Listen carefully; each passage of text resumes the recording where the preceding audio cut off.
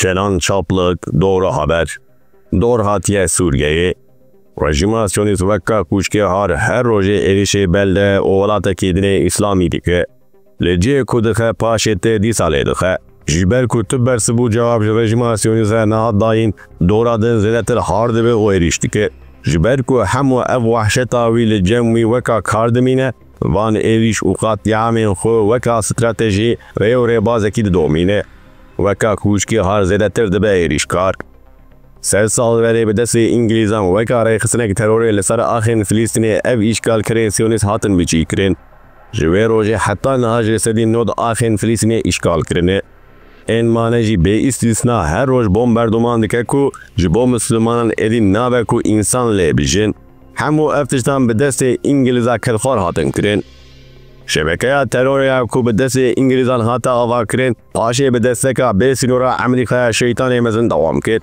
Ev şebekeya Siyonîstên Yahudî hemû êrişên xwe û qatliaman bi desteka çek û silahên Amerîkayê dikin. Gerdeserî de Misliman biçiyana hewara xelkê bi nest û mazlûm wê ev qewz û tevliheviya li coğrafyaya me pêk nehatana û neqewmiyana. Ev sed sal e ku welatên qaşo Mislimanan ku paşê xwe dane Filîstîniyên ku di nava wek cehennema dunyayê de dijin. Digel dizanin dora îşgalê wê were wan jî xwe kor, ker û lal dikin. Amerîka û welatên Xerbê hemû destekên xwe yên çek û silahan û destekên xwe yên din dide vê çetên terorîst û qatliaman dikin. Lê rêberên welatên Mislimanan jî tenê temaşe dikin û bi tirsonekî şermezar dikin. Lê mixabin ev şermezarkirina welatên İslamî Siyonîstan zêdetir bi cesaret dike û ji bo êrişên din binge û temelê dabêjin. Em zêde paş ve neçin. Di sala dawînê êrişê Lübnanê kir ji ber ku Yemen destekê dide Gazê hema her roj Yemenê bomberdoman dike. Ji ber ku destekvanê herî mezinê Gazê Îranê şer û herbê bi Îranê re vekir. Hemû ev êrişên xwe jî bi desteka îstîbarat, çek û silahên Amerîka û welatên Xerbê kir û dike. Tiştê bi hezn û xemgîn ev e ku tu welatekî İslamê destek nedan van welatan. Di ser de jî destek dan rejima Siyonîstê îşgal kir. Ana Doğru hatiye Suriye'yi, bi salan ku girê Golanê îşgal kiriye. Li demên dawîn de katilên Yahudî ji Golanê wêletir ber bi Şamê gün bi gün, gelî bi gelî, gir bi gir îşgal dike û vê îşgala xwe berfireh dike.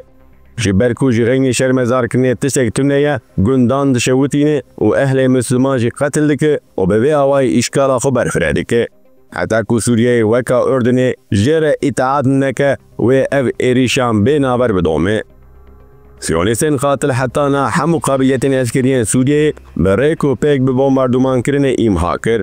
Ji ber ku tenê tê şermezarkirin, serfermandariya Sûriyeyê li Şamê bomberdoman kirin. Her tim dixwaze ku Sûriye di nava tevliheviyê de be da ku jê re nebe tehdît. Hema li her derê kerên mayînê hene ku ji dijminê xizmetê bikin. Kerên mayînê yên li Sûriyeyê hinek durzînin. Welatên xwe dikin cihê şewatê. Em temenê dikin ku hemû coğrafyayên İslamî û Sûriye jî her tim di nava hizr û emniyetê de bin.